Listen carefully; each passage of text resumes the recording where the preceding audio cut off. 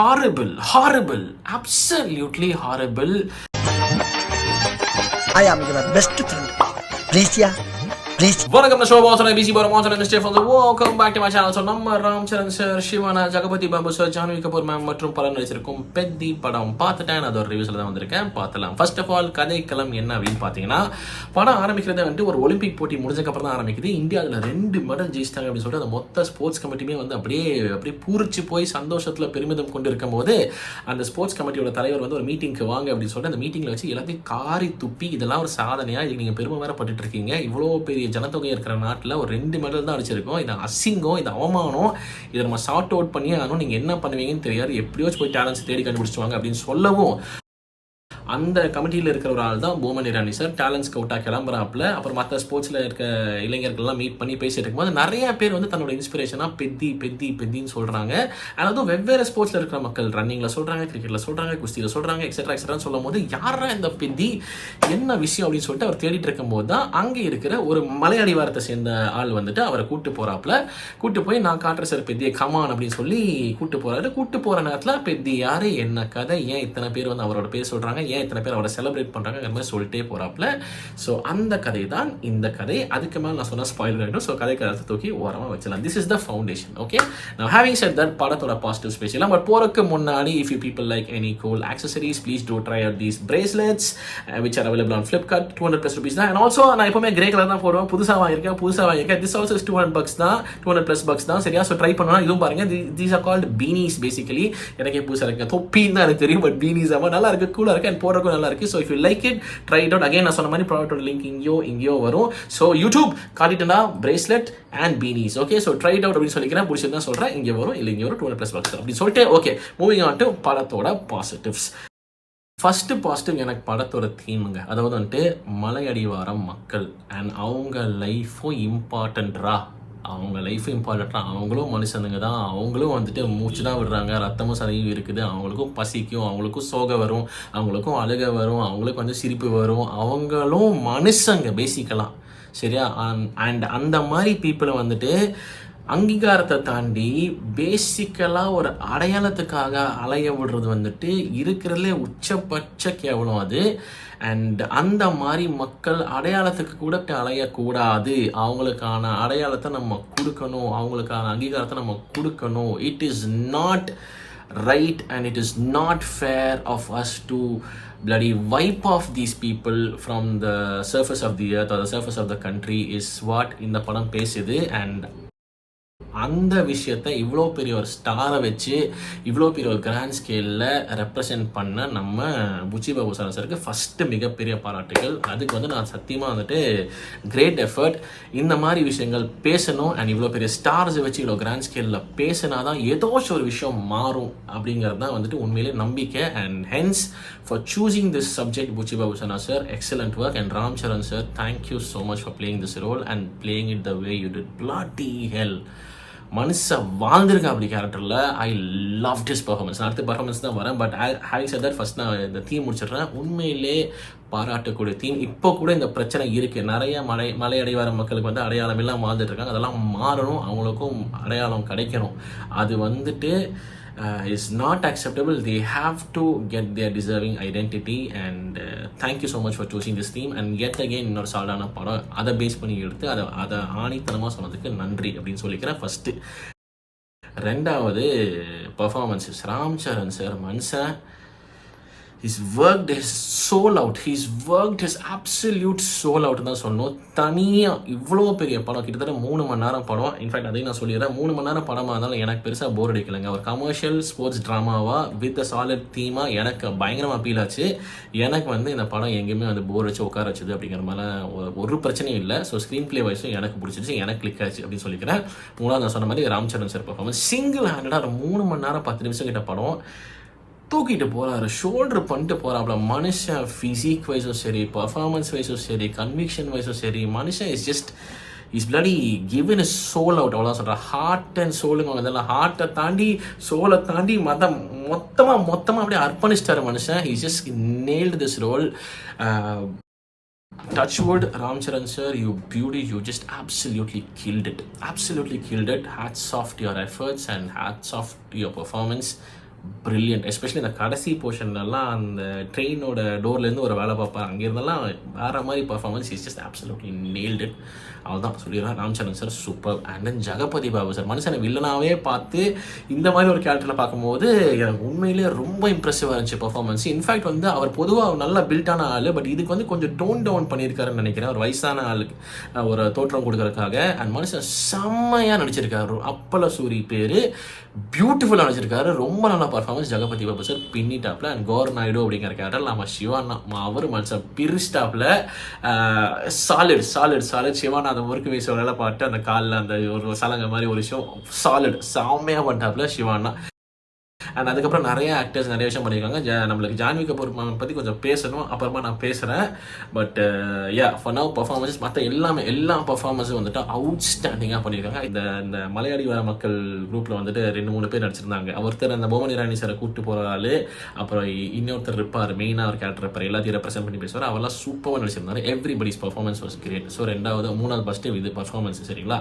So 4வது வந்து music Rahman sir songs எனக்கு ஆக்சுவலாக ரொம்ப பிடிச்சிது. அதை தாண்டி ஓஎஸ்டிலாம் வெளியிறங்கும்போது வேறு லெவலில் இருக்கணும். டைட்டில் பெத்தின்னு வரும்போதும் சரி, ராம் சரண் சார் இன்ட்ரோ அப்பவும் சரி, பல இடத்துல சில பிஜிஎம்ஸ் வந்துச்சு. அவுட்ஸ்டாண்டிங், அடிச்சு துவம்சம் பண்ணியிருக்காரு. Rahman sir has killed it. விட்டு பொழகிறாரு, அவ்வளோதான் சொல்லுவேன். I am waiting for the OST. I really wish it comes out very soon அப்படி சொல்கிறேன். And then comes the cinematography. R Rathnavelu sir அவர்கள் அவுட்ஸ்டாண்டிங். அந்த லேண்ட்ஸ்கேப்ஸை கேப்சர் பண்ண விதம், மலையடி வர மக்கள் அப்படிங்கும்போது அந்த லேண்ட்ஸ்கேப்ஸை வைட் ஆங்கிளில் காட்டின விதம், அதை காட்டின ஆங்கிள்ஸ் அப்படின்னு சொல்லிட்டு விட்டு வளான்ருக்காரு மனுஷன். Cinematography was outstanding. Watch it on a big screen. அதாவது வந்து சில தேட்டர்ஸில் சின்ன ஸ்க்ரீன் இருக்கும், அதில் பார்த்துறாதீங்க, ஒரு பெரிய ஸ்க்ரீனில் பாருங்கள்.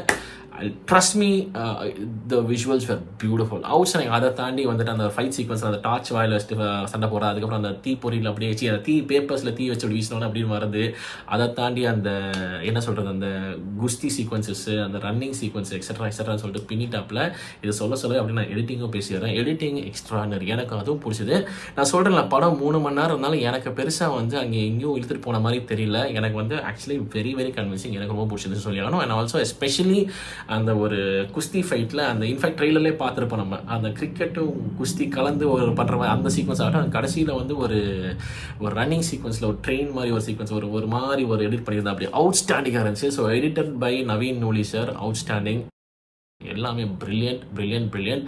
டான்ஸ் கொரியோகிராஃபி ரேராலாம் பின்னிட்டாப்பில். It was lovely. அண்ட் மற்ற டான்ஸஸும் நம்ம பார்த்துருக்கோம், நல்லா நீட்டாகவே இருந்துச்சு சொல்லி ஆகணும். பட் ரேரா வாஸ் லைக் கில்லர், அவுட்ஸ்டாண்டிங் சொல்லி ஆகணும். அண்ட் மற்றபடி ஆல்மோஸ்ட் எல்லாமே சொல்லிட்டு நினைக்கிறேன். ஸோ இதெல்லாம் படத்தோட பாசிட்டிவ்ஸ்.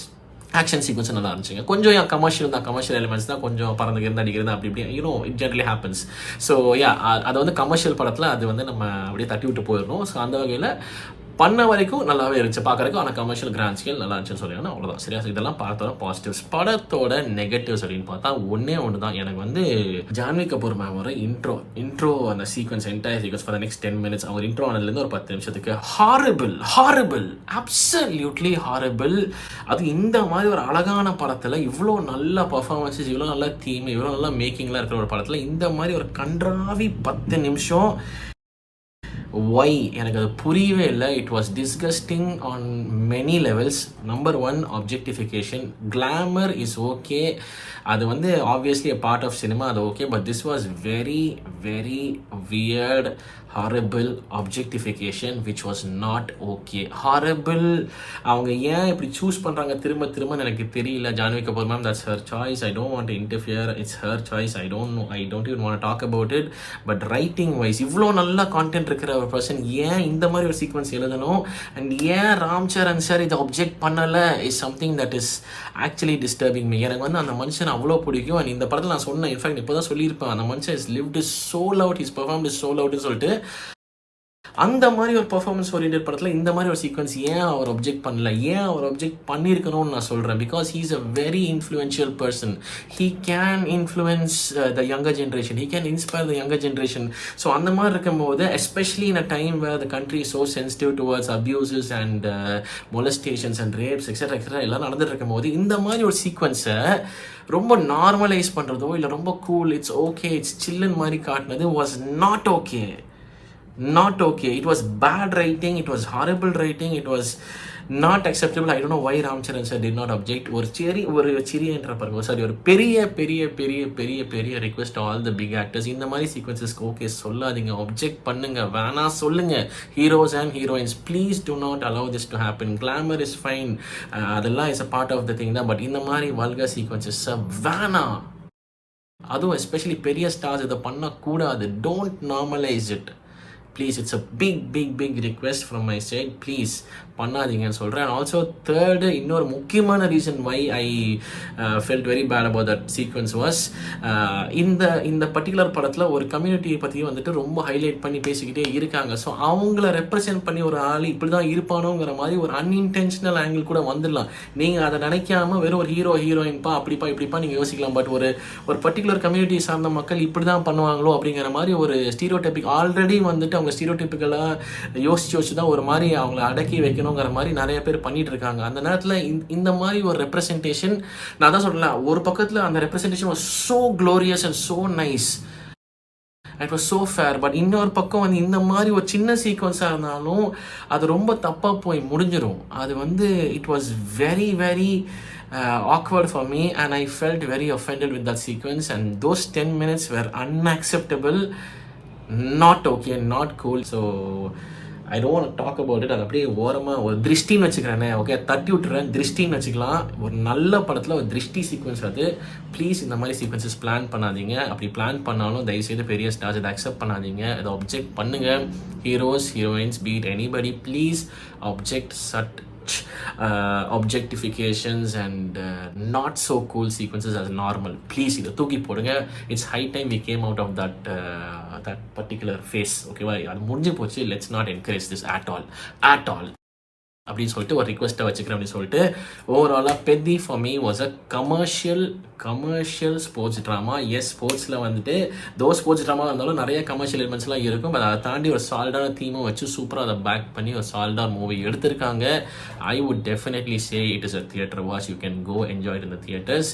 எனக்கு பர்சனலாக ரொம்ப நல்லா ஒர்க் அவுட் ஆச்சுங்க. Except for that sequence, everything else for me was a big thumbs up for me. So எனக்கு இதுதான் ரிவ்யூ ஆன் பெத்தி. உங்கள் தாசனங்க இருக்காம கமெண்ட் செக்ஷனில் சொல்லுங்கள் சார். வீடியோ முடிச்சுக்க பார்த்து சந்திக்கிறேன். மறக்காம பண்ணிடுங்க. ஓகே.